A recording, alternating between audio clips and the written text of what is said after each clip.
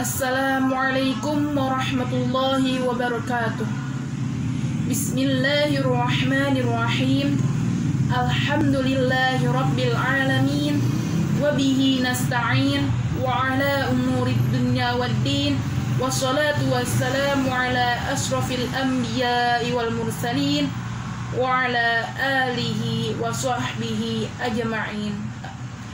Rabbi syrah li sadri wa yassir li amri wahlul 'uqdatam min lisani yafqahu qawli, amma ba'du. Faqala Allah Ta'ala fil kitabihil karim, a'udzu billahi minasy syaithanir rajim. Bismillahirrahmanirrahim. Ya ayyuhalladzina kutiba alaikumus siyamu kama kutiba alal ladzina min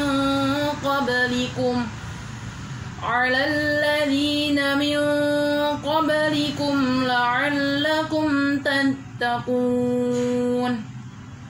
Wa qala Rasulullah sallallahu alaihi wasallam, buniyal islamu ala khamsin, syahadati la ilaha illallah wa anna muhammadar rasulullah wa iqamis shalah wa itaz zakah wa shaumi ramadan wa hajjil bait.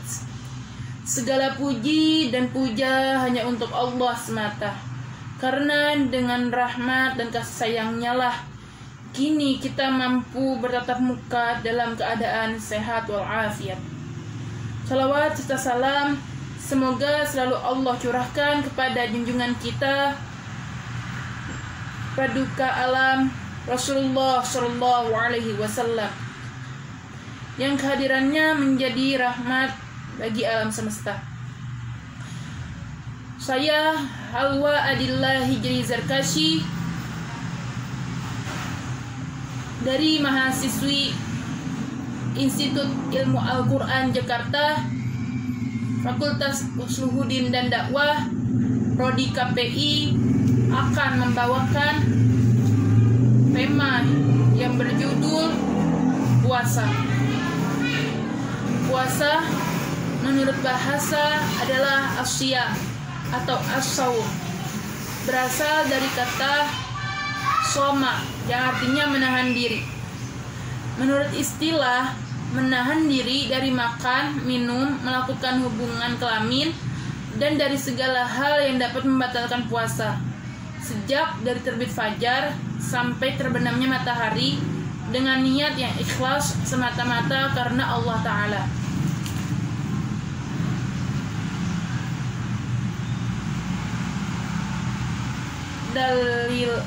Dalil tentang puasa dijelaskan dalam surah Al-Baqarah ayat 183. Bismillahirrahmanirrahim.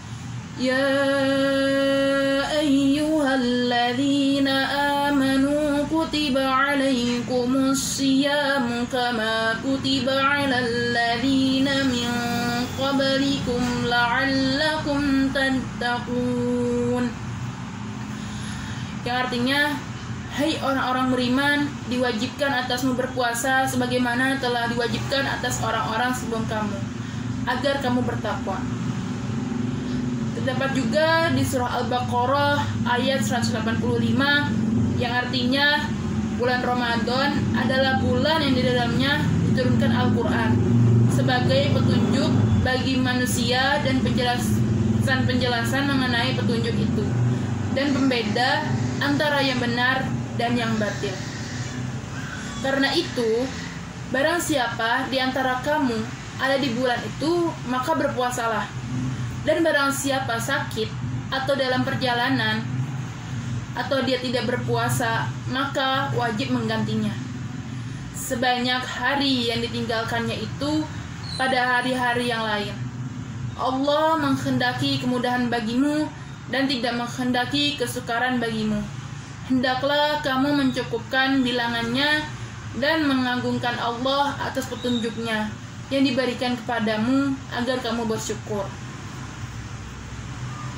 Dan dari hadis juga dijelaskan, yaitu buniyal islamu ala khamsin, syahadati alla ilaha illallah wa anna muhammadar rasulullah wa iqamis shalah wa itaz zakah wa shaumi ramadan wa hajjil bait. Yang artinya Islam dibangun atas 5 hal: bersaksi bahwa tidak ada Tuhan yang patut disembah selain Allah, dan bahwa Muhammad adalah utusan Allah, mengerjakan sholat, membayar zakat, berpuasa di bulan Ramadan, dan menunaikan haji ke Baitullah. Hadis riwayat Bukhari dan Muslim. Rukun puasa yaitu melakukan niat di waktu malam atau tabyid, yakni hendaknya pada malam hari yang besoknya akan berpuasa, niat dilakukan, yaitu sebelum terbit fajar.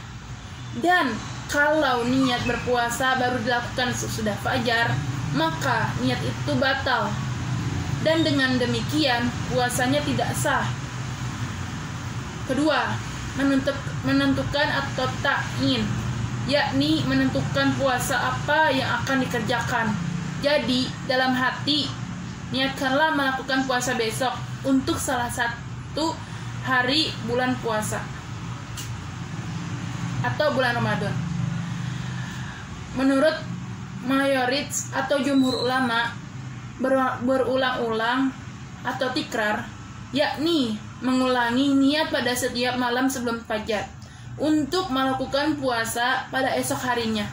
Jadi niat sekali untuk 1 bulan penuh tidaklah cukup, karena masing-masing hari itu adalah ibadah yang terpisah-pisah, bukan satu paket yang menyatu. Buktinya, seseorang bisa saja berniat untuk puasa di suatu hari dan bisa berniat tidak puasa di hari lainnya. Adapun untuk puasa sunnah, tidak dipersyariatkan atau tidak dianjurkan melakukan niat pada malam hari, dan tidak pula harus menentukan puasa apa. Jadi cukup dengan berniat sebelum tergelincirnya matahari ke barat atau zawal, dan sah dengan niat yang mutlak. Syarat-syarat puasa itu Islam, berakal dan balik. Menurut sebagian ulama cukup mumaiz. Mumaiz itu adalah orang yang dapat membedakan antara yang benar dan yang batil. Tidak ada unsur-unsur yang mencegah dilakukannya puasa, yaitu haid, nifas, pingsan, gila, dan lain-lain. Hal yang dapat membatalkan puasa: makan dan minum, yakni makan dan minum yang dilakukan dengan sengaja, sekalipun dimakan atau diminum itu hanya sedikit. Tetapi kalau lupa bahwa dirinya sedang berpuasa, lalu makan atau minum, maka puasanya tidak batal, sekalipun yang dimakan atau diminum cukup banyak. Ada sesuatu barang yang masuk ke perut lewat rongga yang dapat tembus ke sana, maka suntikan lewat dubur atau kubul atau kemaluan membatalkan, karena kedua-duanya tembus ke perut. Sedang suntikan yang lewat aurat daging tidak, karena urat daging itu bukan rongga yang tembus langsung ke perut. Sebagian ulama menambahkan syarat, yang disuntikan bukan cairan makanan atau minuman atau infus. Jadi yang sakit itu sebaiknya diganti atau dikodok saja puasanya saat selesai bulan Ramadan. Muntah dengan sengaja membatalkan puasa, sekalipun pelakunya yakin tidak ada sesuatu yang balik lagi ke perut. Sedang kalau muntahnya itu tidak sengaja, maka tidak membatalkan puasa. Dalilnya sebuah hadis riwayat Abu Hurairah radhiyallahu an. Ia berkata, Rasulullah Shallallahu alaihi wasallam bersabda, yang artinya barang siapa muntah tanpa sengaja selagi berpuasa, maka dia tidak wajib mengqadha. Tapi bila ia muntah, maka hendaklah ia melakukan qadha. Riwayat hadis Abu Dawud dan Tirmizi. Bersetubuh atau jima di siang hari sebelum azan maghrib.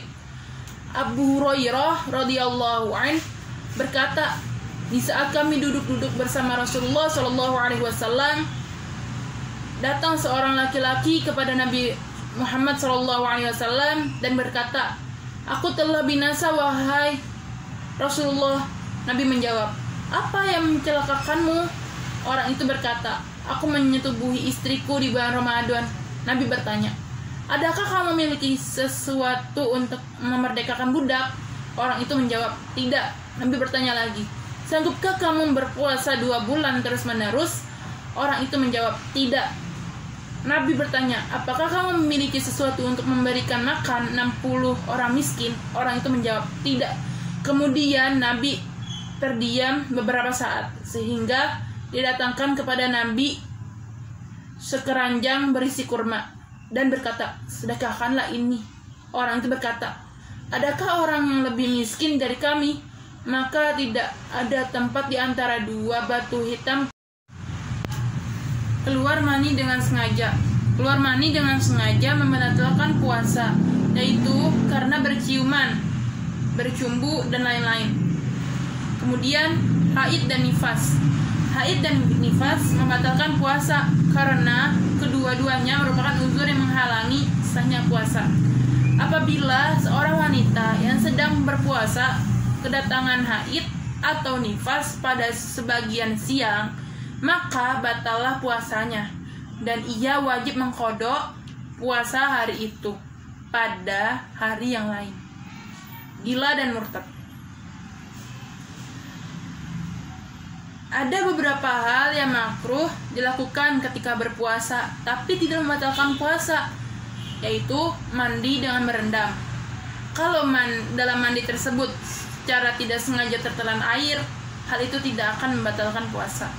Melakukan suntikan atau sebagian ulama menambahkan syarat yang disuntikan bukan cairan makanan atau minuman atau infus. Bekam, berkumur-kumur, sikat gigi setelah matahari tergelincir. Hal-hal yang membolehkan tidak puasa bulan Ramadan. Sakit yang mengakibatkan bahaya besar atau penderitaan atau kekhawatiran hebat. Safar atau perjalanan jauh yang jaraknya tidak kurang dari 80 km, menurut sebagian ulama 83 km, dengan syarat perjalanan itu merupakan perjalanan yang diizinkan agama.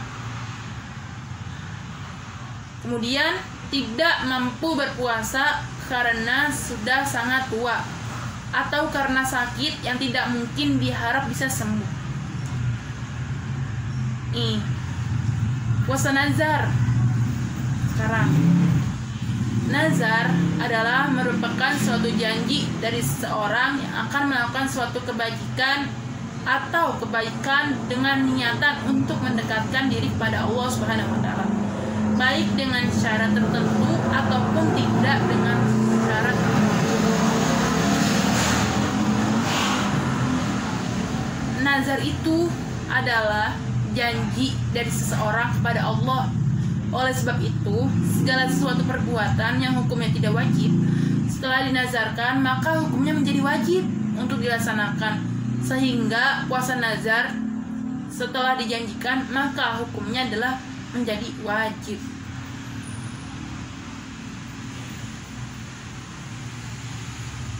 Dalilnya adalah yufuna bin nadri wa yakhafuna yawma kana syarruhu mustatira, yang artinya maka menunaikan nazar dan takut akan suatu hari yang azabnya merata di mana-mana. Surah Al-Insan ayat 7. Dari dalil firman Allah di atas, maka seseorang yang tidak melaksanakan nazar atau janjinya, misalnya puasa nazar, maka seorang tersebut harus membayar denda atau kafarat dengan memilih salah satu denda di bawah ini: memerdekakan budak atau hamba sahaya, memberi makanan kepada 10 orang miskin, memberi pakaian orang miskin. Apabila tidak mampu ketiganya di atas, barulah berpuasa 3 hari. Macam-macam puasa sunnah. Ada puasa hari Arafah, yaitu pada tanggal 9 Zulhijjah. Puasa pada hari itu adalah sunnah bagi orang yang tidak sedang menunaikan ibadah haji. Ada puasa 10 hari pertama bulan Zulhijjah. Disunahkan melakukan puasa pada 10 hari pertama di bulan Zulhijjah. Puasa hari Asyura dan Tasu'a. Hari Asyura ialah tanggal 10 Muharram, sedang hari Tasu'a ialah tanggal 9-nya. Puasa Senin Kamis. Ya, benar. Puasa pada hari Senin dan Kamis. Dalilnya ada dari hadis riwayat At-Tirmizi dari Aisyah radhiyallahu anha. Dia berkata, "Kana Rasulullah sallallahu alaihi wasallam yataharra shaumal itsnain wal khamis." Yang artinya Rasulullah sallallahu alaihi wasallam telah menganjurkan puasa hari Senin dan Kamis. Puasa 3 hari setiap bulan atau ayyamul bid, yaitu tanggal 13, 14, dan 15 setiap bulan. Puasa 3 hari setiap bulan atau ayyamul bid itu ada hadis dari Abu Dzar radhiyallahu anhu. Dia mengatakan sabda Rasulullah sallallahu alaihi wasallam, "Idza sumta minasy-syahri thalatha, fasum thalatha asyrah wa arba'a asyrah wa khamsa asyrah." Apabila kamu berpuasa 3 hari tiap-tiap bulan, maka berpuasalah pada tanggal 13, 14, dan 15. Hadis riwayat At-Tirmizi, dan dia katakan ini hadis hasan. Puasa 6 hari pada bulan Syawal. Dalam hal ini, yang terbaik dilakukan berturut-turut. Langsung sudah hari raya Idul Fitri, sekalipun tidak dipersyariatkan demikian, tapi kesunahannya bisa juga diperoleh dengan melakukannya secara terpisah-pisah. Puasa Daud berarti sehari berpuasa, keesokannya nggak puasa, dan berpuasa lagi besoknya. Dan ini adalah sebaik puasa dan derajat puasa yang paling tinggi. Yang membatalkan puasa sunnah yaitu apabila seorang muslim melakukan puasa sunnah, maka dia boleh membatalkannya dengan berbuka kapan saja, dan dia tidak wajib mengqodonya, sekalipun itu makruh dilakukan. Adapun jika yang dilakukan itu puasa qada atau mengganti puasa bulan Ramadan, maka haram membatalkannya, karena sesuatu yang fardu bila sudah dilakukan maka wajib diselesaikan. Macam-macam puasa yang makruh dilakukan. Puasa hari Jumat secara tersendiri dijelaskan dalam hadis riwayat Al-Bukhari dan Muslim bahwa Nabi SAW bersabda, "Jangan hendaknya seorang dari kamu sekalian berpuasa pada hari Jumat, kecuali bila berpuasa pula hari sebelumnya atau berpuasa hari sesudahnya." Puasa hari Sabtu secara tersendiri juga dijelaskan dalam hadis riwayat At-Tirmizi. Dia katakan hadis ini hasan, bahwa Nabi SAW bersabda, yang artinya, "Janganlah kamu berpuasa pada hari Sabtu selain puasa yang Allah wajibkan kepadamu."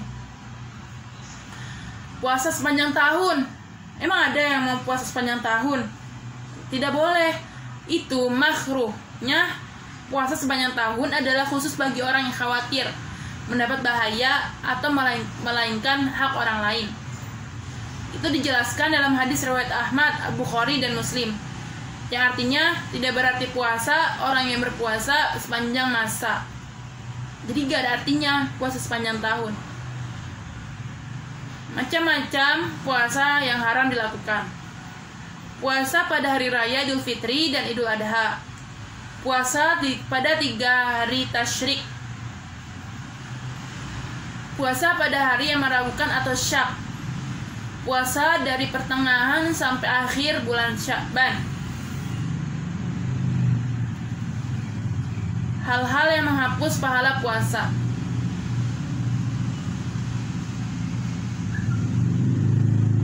hadis Nabi menjelaskan tentang ini, yang artinya Nabi Muhammad SAW bersabda, apabila kamu berpuasa, maka puasalah tanganmu, mata dan pandanganmu, lisanmu dari berbohong dan meninggalkan hal-hal yang diharamkan, dan juga tinggalkanlah menyakiti tetangga. Tingkatan derajat orang yang berpuasa. Tingkatan pertama adalah puasa orang-orang awam seperti kita. Pada tingkatan puasa ini adalah mereka berpuasa dengan meninggalkan makan, minum, berhubungan intim atau jima pada siang hari, serta meninggalkan hal-hal yang membatalkan puasa. Kedua, tingkatan puasa kedua adalah puasanya orang-orang soleh. Mereka menjaga mata agar jangan sampai melihat hal-hal yang diharamkan. Yang kedua, menjaga mulut, lisan atau perkataan seperti menjaga lisan dari ghibah atau membicarakan keburukan orang lain, berbohong, mengadu domba, dan namimah. Menjaga telinga agar jangan sampai mendengarkan hal-hal yang dilarang atau makruh. Menjaga perut, dijaga agar ketika makan berbuka puasa adalah dengan makanan dan minuman yang halal dan hanya secukupnya saja, tidak lebih-lebihan. Tingkatan ketiga adalah tingkatan puasa para nabi dan orang-orang siddiqin, yaitu mereka menjaga hati dan pikiran dengan puasa, yaitu meninggalkan hal-hal yang dihina dan meninggalkan hal-hal keduniaan. Hikmah dari puasa adalah apabila hidup seorang muslim selalu dalam keadaan kenyang, maka otomatis perasaannya akan dipenuhi dengan sebab-sebab kekerasan, dan tubuh dalam dirinya faktor-faktor kesewenangan, yang semua itu bertentangan dengan kepribadian seorang muslim. Dalam syariat puasa terdapat pendidikan yang membimbing jiwa muslim dan memperhalus perasaan-perasaannya. Makna atau rahasia di balik ibadah puasa yaitu melatih diri untuk mengendalikan hawa nafsu, membiasakan diri untuk bersabar dan tahan dalam kesulitan, membiasakan diri untuk mengingat sesama yang berada dalam kesulitan, terutama kemiskinan ya. Menggerakkan orang mampu untuk memberi kepada fakir miskin, memelihara diri dari jatuh ke dalam perbuatan dosa. Demikian dari Halwa Adillah Hijri Zakashi atas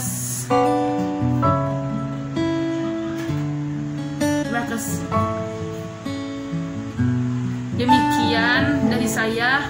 Wassalamualaikum warahmatullahi wabarakatuh.